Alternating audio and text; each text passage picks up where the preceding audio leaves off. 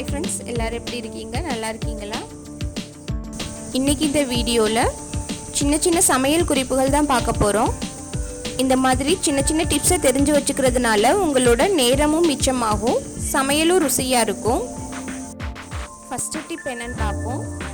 முட்டைக்கோஸ் ஸ்மெல் பிடிக்காதவங்களுக்கு முட்டைக்கோஸ் தாளிக்கும் போது ஒரு பிரிஞ்சி இலை சேர்த்து அதோட கொஞ்சமாக இஞ்சி பூண்டு சேர்த்துங்கன்னா முட்டைக்கோஸ் ஸ்மெல் தெரியவே தெரியாது, டேஸ்ட்டும் ரொம்ப சூப்பராக இருக்கும். நெக்ஸ்ட் டிப், கேக் செய்ய இனிமேல் கேக் டின் இல்லையேன்னு கவலைப்படாதீங்க. இந்த மாதிரி அலுமினியம் ஃபாயில் இருந்தால் போதும், ஈஸியாக கேக் செஞ்சிடலாம். இது ஒரு 2 ரூபா 3 ரூபா தான் வரும். இது குக்கர்லேயும் செய்யலாம். அடுத்து ரசம் தாளிக்கும் போது ஃபஸ்ட்டு எண்ணெயில் காஞ்ச மிளகாய் போட்டு இந்த மாதிரி நல்லா கருகிற அளவுக்கு விட்டுருங்க. ரசத்தோட வாசம் ரொம்பவே சூப்பராக இருக்கும். அதுக்கப்புறம் பெருங்காயத்தை எண்ணெயிலே சேர்த்துக்கோங்க, ரசம் நல்ல மணமாக இருக்கும். அதோட ரசம் நல்ல எல்லோ கலரில் இருக்கணும்னு நினச்சிங்கன்னா இந்த மாதிரி தாளித்து எண்ணெயிலே மஞ்சள் தூளையும் சேர்த்துக்கோங்க, ரசம் நல்லா எல்லோயிஷ் கலரில் இருக்கும். ரசம் மட்டும் இல்லை, எண்ணெய் குழம்பு வைக்கிறதா இருந்தாலும் எண்ணெயில் லைட்டாக மஞ்சள் தூள் சேர்த்திங்கன்னா அந்த வாசமும் ரொம்ப நல்லா இருக்கும், பார்க்கவும் ரொம்ப அழகாக இருக்கும். ரசம் சில பேருக்கு பிடிக்காது, ஆனால் ரசத்தில் உள்ள ஹெல்த் பெனிஃபிட்ஸ் தெரிஞ்சிச்சுன்னா அவங்க பிடிக்காதுன்னு சொல்லவே மாட்டாங்க. அந்தளவுக்கு இதில் ஹெல்த் பெனிஃபிட்ஸ் இருக்குது. ஃபீவராக இருக்கவங்களுக்கு கூட ரச சாதம் கொடுக்கறது தான் நல்லதுன்னு சொல்கிறாங்க.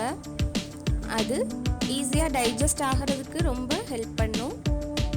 அது மட்டும் இல்லை, நம்ம மிளகு சீரகம்லாம் சேர்க்கறதுனால சளி பிடிச்சவங்களுக்கு ரசம் கொடுத்தோம்னாலும் சளியை நல்லா கேட்கும். இந்த மாதிரி நிறைய பெனிஃபிட்ஸ் இருக்குது.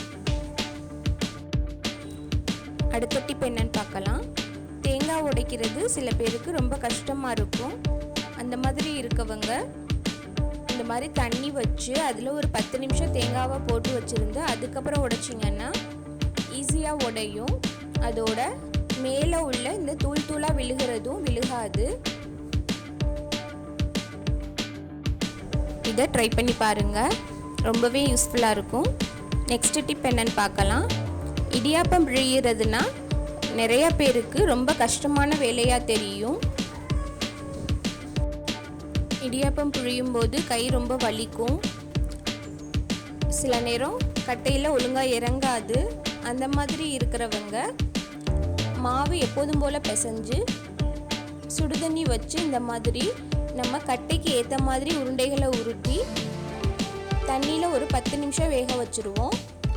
பாருங்கள், மாவு நல்லா வெந்து மேலே மிதந்து வந்துருச்சு. இதுலேருந்து ஒரு 5 நிமிஷம் நல்லா வேக வச்சு அதுக்கப்புறம் வெந்த உருண்டைகளை நம்ம கட்டையில் எடுத்து வச்சு புழிஞ்சோம்னா ரொம்பவே ஈஸியாக வந்துடும். புளிகிறது கஷ்டமே இல்லாமல் நல்ல ஈஸியாக இறங்கிடும். இடியாப்பம் புழிகிறது கஷ்டம்னு நினைக்கிறவங்க இந்த மெத்தட் ட்ரை பண்ணலாம். இதை திரும்ப வேக வைக்கணும்னு அவசியமே இல்லை, அப்படியே சாப்பிடலாம். இடியாப்பம் நல்லா உதிரி உதிரியாக வந்துடும். இடியாப்பம் சாப்பிடணும்னு ஆசைப்படுறவங்க ஆனால் பிழியணுமேன்னு கஷ்டமாக இருக்கிறவங்களுக்கு இந்த மெத்தட் ரொம்ப ஈஸியாக இருக்கும், ட்ரை பண்ணி பாருங்கள். பிழிகிறது ஒரு கஷ்டமும் இல்லாமல் கை வச்சோன்னே இறங்கிடும், அந்தளவுக்கு ஈஸியாக இருக்கும். ஆனால் சூடோடே நம்ம பிழிஞ்சிடணும்.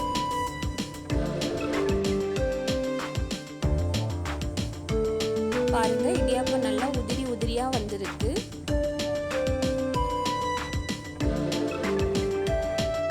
அடுத்து நம்ம இது ஏற்கனவே பார்த்த டிப்ஸ் தான், நிறையா பேர் பார்க்கலைங்கிறதுக்காக திரும்ப சொல்கிறேன். புளி கரைக்க கஷ்டமாக இருக்குதுன்னு நினைக்கிறவங்க கொஞ்சமாக சுடுதண்ணி வச்சு ஒரு 5 நிமிஷம் 10 நிமிஷம் ஊற வச்சு கரைச்சிங்கன்னா ரொம்ப ஈஸியாக வந்துடும். அடுத்து இடியாப்பம் முறுக்கெல்லாம் பிழியும் போது மாவு திரும்ப மேலே வந்து நின்றுக்கிறோம். அதை திரும்ப திரும்ப எடுத்து நம்ம ஃபில் பண்ணி புளியணும். அந்த கஷ்டம் இல்லாமல் ஒரு ஸ்வீட் பாக்ஸோட அட்டையில் இந்த மாதிரி ரவுண்ட் ஷேப்புக்கு கட் பண்ணி மாவை ஃபில் பண்ணி அது மேலே வச்சிட்டோம்னா மாவு திரும்ப மேலே வரவே வராது, மாவு வேஸ்ட்டாகவும் ஆகாது.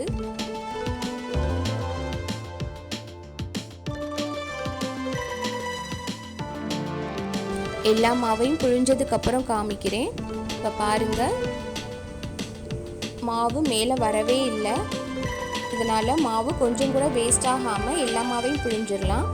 இந்த மாதிரி நாப்தலின் பால்ஸ் எல்லார் வீட்லேயுமே இருக்கும்.